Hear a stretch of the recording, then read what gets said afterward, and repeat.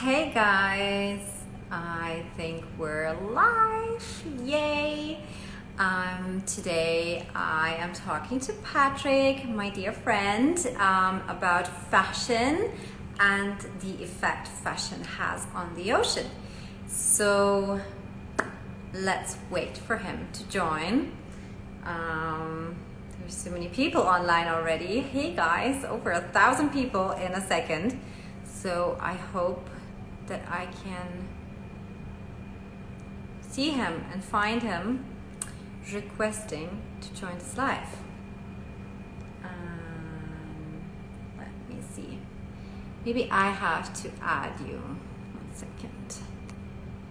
How do I? There. Yes. Okay, hold on. How do I do this now?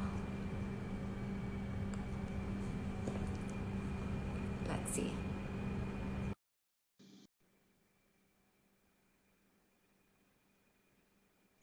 It's connecting. Yay! Hi, Patrick. How are you? Hi, I'm great, thank you. Oh, it's so good to see you. Did you just wake up in the UK or what's the time over there? It's about 1 p.m., so we're in the middle of the Oh, day. that's good. You should be awake. Yes. It's 10 p.m. over here, so I'm half asleep, but Yeah, I'm sorry, still good. the time differences are so difficult to. I know, I uh, know. I think even America should be awake now. So, and India obviously is also in the afternoon. So everyone's awake and watching. Amazing. All right, wait. I think your picture is frozen. Ah, Guys, can you see both of our pictures moving? Just give me a thumbs up if you yeah. can see everything. My, Mm, I might is it request to join again because I can't see anything either. okay? Wait, I'll add you. Okay. Okay, because this is confusing. Hold on, I'll add you again. Mm, all right, guys. This is so tough. Okay. Mm, how do I find you again now? Um, um, um, um. Guys, are you guys doing a lot of live sessions with other people? This is technology. Nimit. Hi, Nimit. When am I coming back to Bombay? I guess as soon as I can.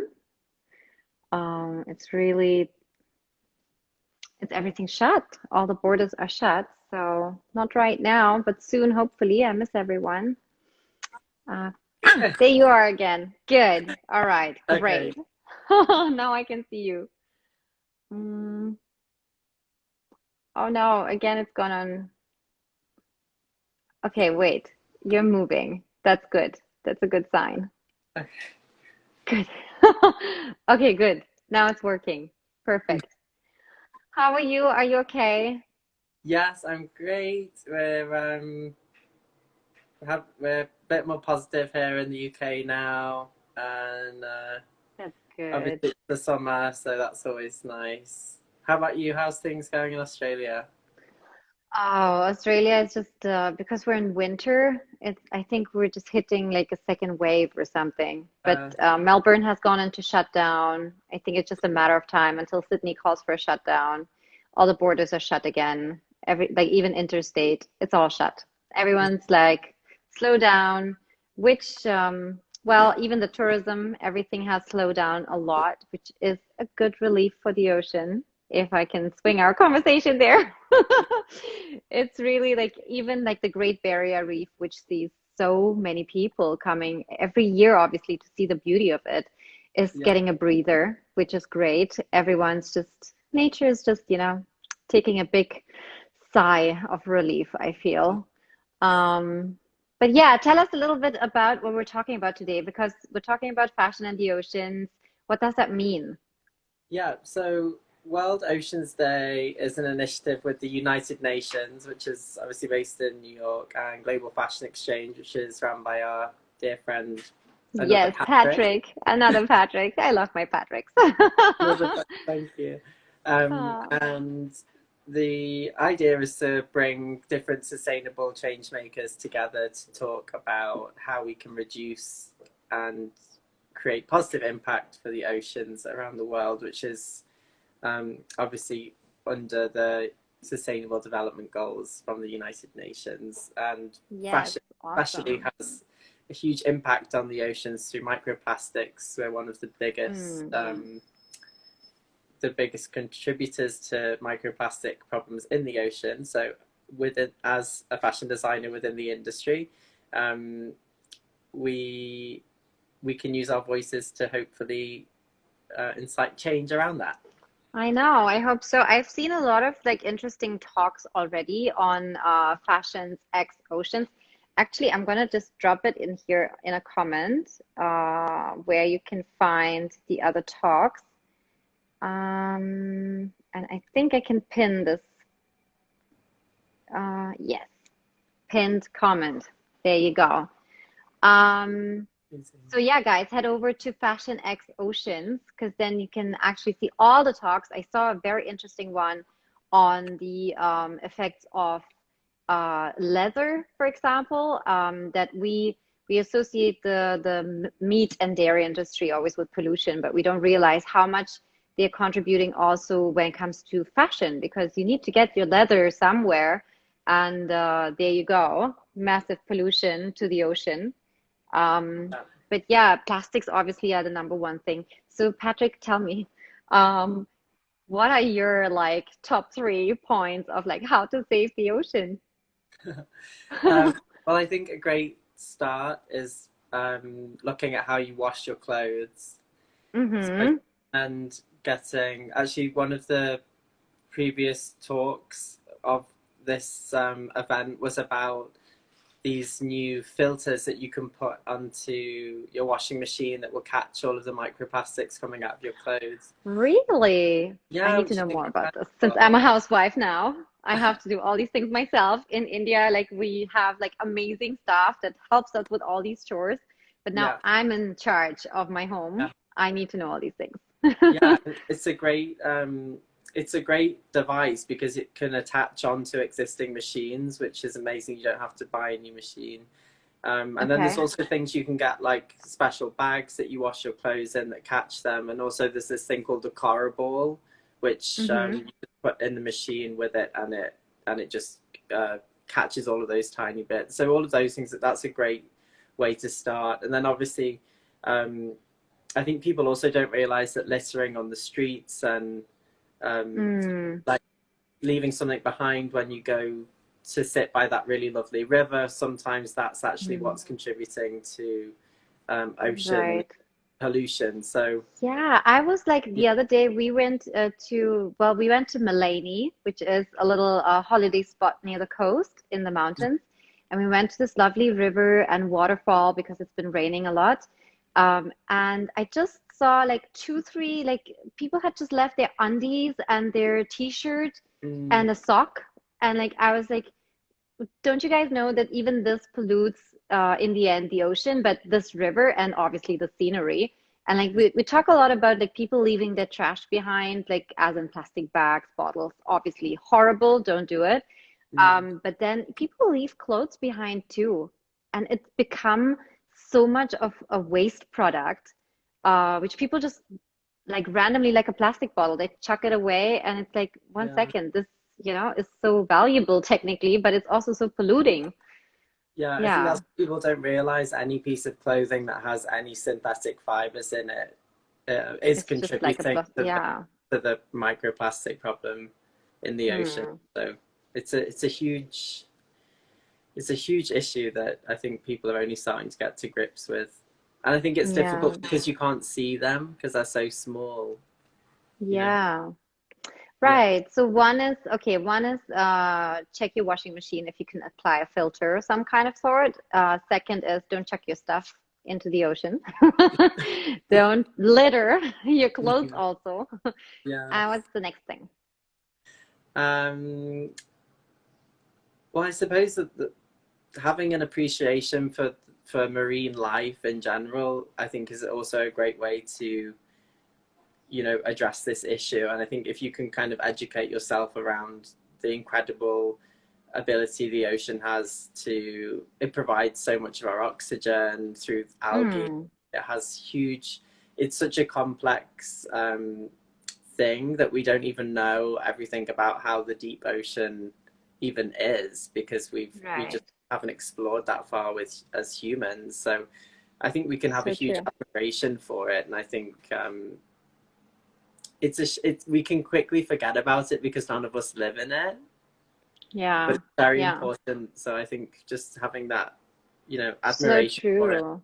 I feel It's even like the fact that like the ocean is where most of our first settlements as humans were, like at some kind of coastline, because that's mhm, where we would get our main source of food from when it comes to fish. And I yeah, think just having this respect for the ocean to see that's where our life is coming from, and that's where we like got fed before we developed ways of getting other kinds of food.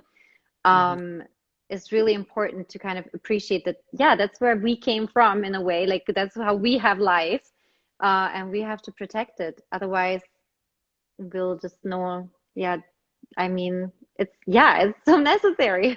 yeah, It's like everything. The ocean is everything. completely. And Oh, all human life, all life on Earth did originally come from the oceans. So yeah. yeah, completely. So true. And I saw, I just on your Instagram, I saw somewhere, I think it was, did you like show how to make natural dyes out of Yes. veggies and stuff? That was so Yeah. interesting. Maybe you can tell us something about that, because again, like that's something I'm pretty sure is going to save the ocean from a lot of pollution if we would use some more natural dyes. Yeah, completely. And I think so. Basically, the dyeing process in fashion a lot of the time uses a huge amount of water and really toxic chemicals.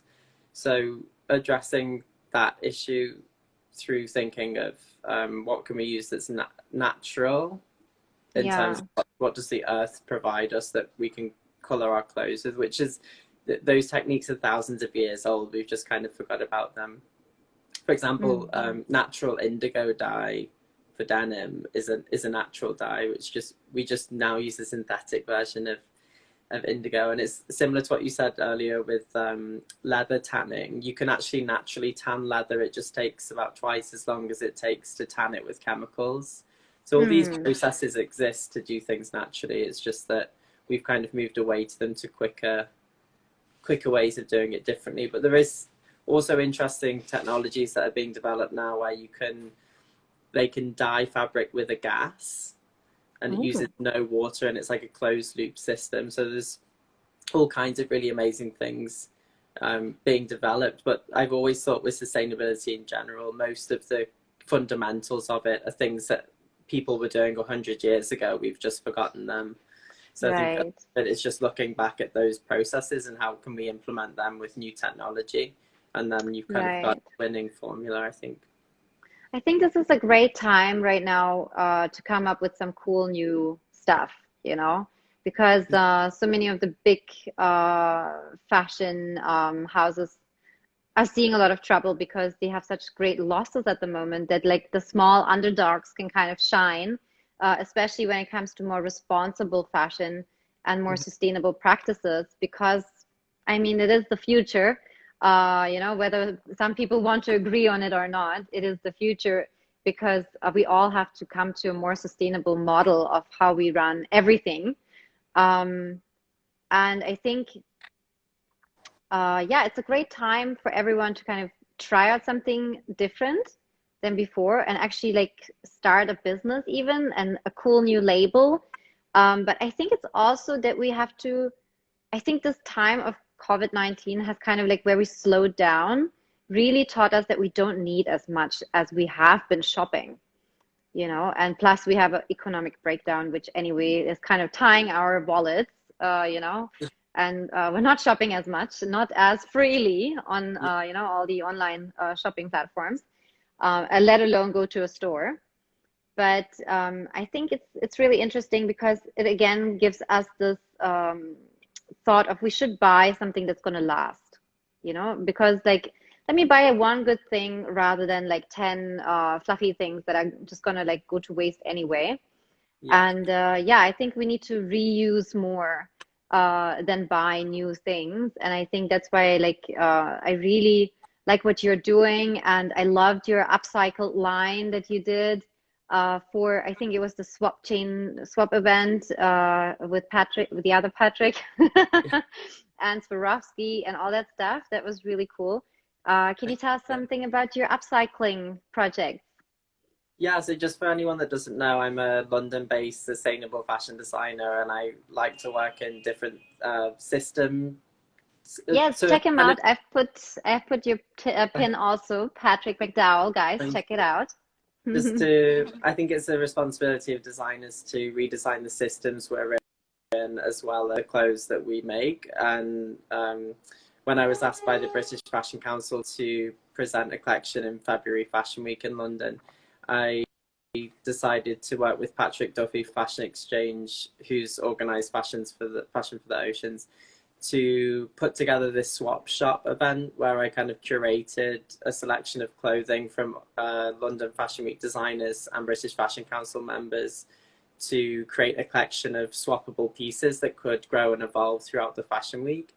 And it got a huge response because fashion weeks especially have been seen as quite elitist and places where you're only allowed to look and not participate. Mm. And I think it was the first time where people were really, the kind of ropes were taken down, and it was very much about engaging and touching and taking and swapping. And Yeah, that's um, awesome. it had, yeah, I think it's definitely a way that the industry needs to move forward. And I think it was a great example of how, as a designer, you can show things without making or changing anything if you want, you know? Yeah, I think that's pretty cool. Like I've been trying to tell everyone that secondhand clothing is the new fast fashion because we just Yeah, simply have so much of it and we can go so so much. low in prices that like it's there is no Yeah, competition for secondhand clothing. yeah, exactly. Um, And that's what you've been yeah. doing a bit with Seams for Dreams now. That's right. That's right. Yeah. Themes for Dreams. Well, basically, we started Themes for Dreams in 2015, about 5 years ago now, in India because of an earthquake that happened in the north. We were all wondering, okay, what can we send that we have way too much of, but people have lost, if they're in a crisis. And the funny thing is, like, we all have too many clothes, and we all know it. It's not even like a secret. It's not even at all like something that we're surprised of when we open our closets. And Yeah. your basic three human needs are housing, shelter, food, and clothing. And clothing is really high up for a lot of people in this world that do not have appropriate clothing. Obviously, if there's a flood, if there's an earthquake, that's the number one place to send clothes. But just in general, we have been able to help a lot of people all across India from less resource communities over these 5 years.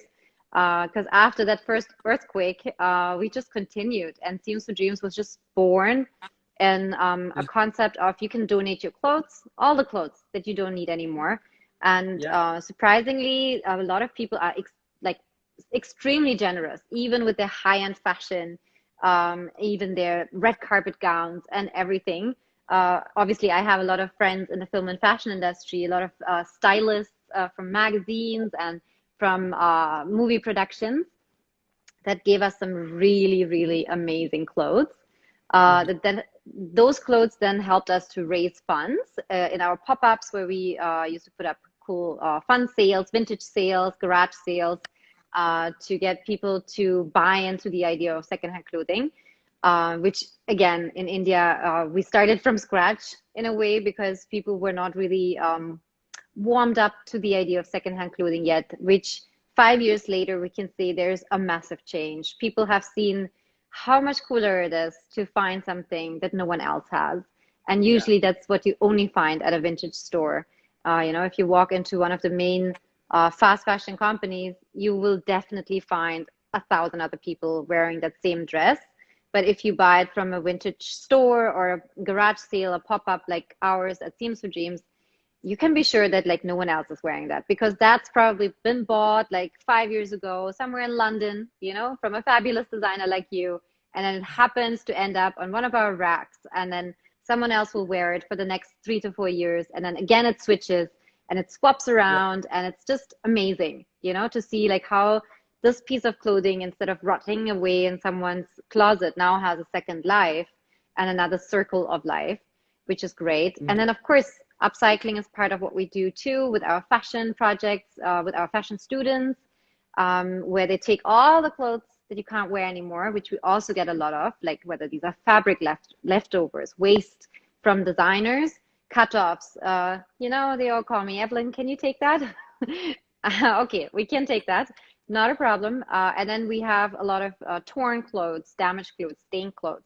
All that goes onto a pile, and then we have our fashion students go through it and make a new line out of it, which again we use for fundraising, which is super fun and also changes a lot of young fashion people's minds of how you can approach fashion, which is super fun to see. And they usually like have an extreme nervous breakdown in the beginning where they're like, but Evelyn, we have to buy this, we have to buy that. I'm like, no, you cannot buy anything. Take the zipper from a broken pair of jeans and put it to your new piece. You know, you have to make do with what you have in this pile. You can't add on. And then suddenly they'll show up with like, you know, a piece of clothing from their own closet, but I needed to have this kind of, you know, buttons. So I brought them from my own closet. And that's okay, because that's still secondhand. And then, of course, our main mission is to provide appropriate everyday clothing to people from less resource communities across India. And that's what we use the funds with. So fashion is making a whole circle here, you know, helping to raise funds, create education with our fashion projects, and then also relief to people in need. So Seams for Dreams has been a joy, obviously, to watch and to work with. But yeah, that's what we do with Seams for Dreams. And we hope that actually, you know, when we promote the reuse of clothing, that is going to have a massive effect on a positive effect on accumulating less waste. And obviously with that also less pollution on the oceans. But in general, less clothes ending up in landfills, which means less chemicals developing in these landfills that then travel into the groundwater or with the rain into the ocean, which is our main mission, to make secondhand clothing super fashionable. Definitely. And I think, like you said, it's a process, but through all of the work that everyone on these kind of panel discussions is doing, it is starting to change. And I think, as you said, now people are less interested, and this is across the board. You can see it even with the most expensive clothes in the world and the cheapest. People don't just want something new anymore. They want a story, and they want to have an emotional attachment to the pieces that they own. And you can do that through the psychology of having to save up for something makes you think you have a closer relationship to it, or knowing that someone else owned it, and experiencing that story, I think, is a lot more important, because like you said, we've reached a point now where everybody has too much. So where do you go from there? How do you elevate that further if you already have everything that you need? And that's through these kind of emotional connections and stories that clothes can hold. And that's, I think, why fashion is incredible, because it is a vessel for a huge emotional story of how people present themselves and how they want to present themselves to the rest of the world. Right, that's so true. Yeah, fashion used to be like your expression, you know, of your mood, of yourself, of how you feel today or who you want to be today. And suddenly it's just become like, I need to look like this because people told me I need to look like this. And it's this entire shift that went to, I need to fit into fashion. But rather than fashion needs to fit on me and reflect who I am. And hopefully, like with this entire shift that the world is going through right now, people will again feel that connection, like you said, with the story and the true meaning of why they're wearing this in the first place, which is beautiful. Yeah. Oh, It's so beautiful. good talking to you. So You great. too. It was lovely. Yeah. We have to do this more often, that's for sure. We need to do more Definitely. talks and we need to connect and I need to call you. But But yeah, this was great. Okay, guys. Um,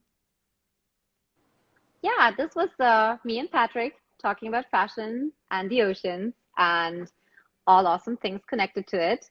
Thanks to our dear friend Patrick Duffy, who put us onto this and who is the trailblazer extraordinaire when it comes to making change in fashion.